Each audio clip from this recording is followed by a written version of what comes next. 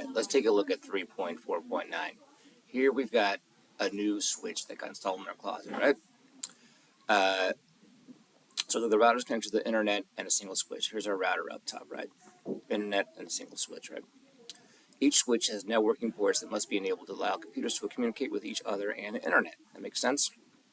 The switches have redundant connections to each other on their uplink ports. They need to be enabled properly to avoid creating a switching loop. If you make a loop, good morning. If you make a loop on this, basically it'll feed back on itself and it'll crash. So you won't have access to the internet or anything. All right? In this lab, your task is to complete the following. Enable all the necessary ports on each networking device that will allow the computer and the devices to communicate. All right, that's good. Make sure you don't create a switching loop. All right, that's going to be the thing that's going to make us mess up over here. Right. So let's take a look at the exhibit over here. All right, we got the router, internet, and LAN. All right, on switch 1, we've got port 1, port 3, and port 5. All right, and port 3 is going to connect to the LAN port over here. Right. Or port 23, I mean. Uplink port left, uplink port right, so switches between switch 3 and switch 2.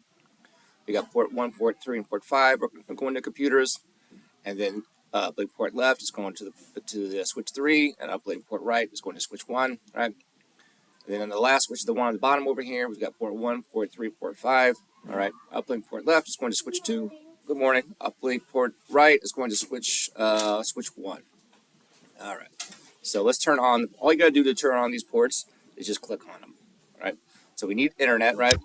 We need the LAN. The LAN is going to go to port 23 on switch 1, right? We need to turn on the computers, 1, 2, 3. We do that on all of these, right? All right. Then we're going to have, all right, so this one over here is going to port, this is switch 1 going to switch 3, right? This is switch 1 going to switch 2. This is switch 2 going to switch 3, all right? So let's just click on all these and see what happens. All right, so they're all turned on. Let's check our answers. We turn on everything, that must be good, right? Nope. Enable the link between 2 of the 3 switches to prevent a switching loop, all right? So what's happened is we've made a loop, right? So what's the issue? Let's turn off all these again, right? All right, so we've got 1 going to 3, right? We've got 2 going to, 1 going to 2, 2 going to 3, right? And then we got 3 going back to 1, right? So this one over here is going to be the issue, right? Because here we have these loops, these switches will be just sending data to itself over and over and over again, right? So we got to turn on 1 to 2 and 2 to 3, but don't turn on this one. I would not even plug. If it was me, I would unplug this thing because there's no reason for having it. Good morning. All right, not here yet. All right, let's check our answers.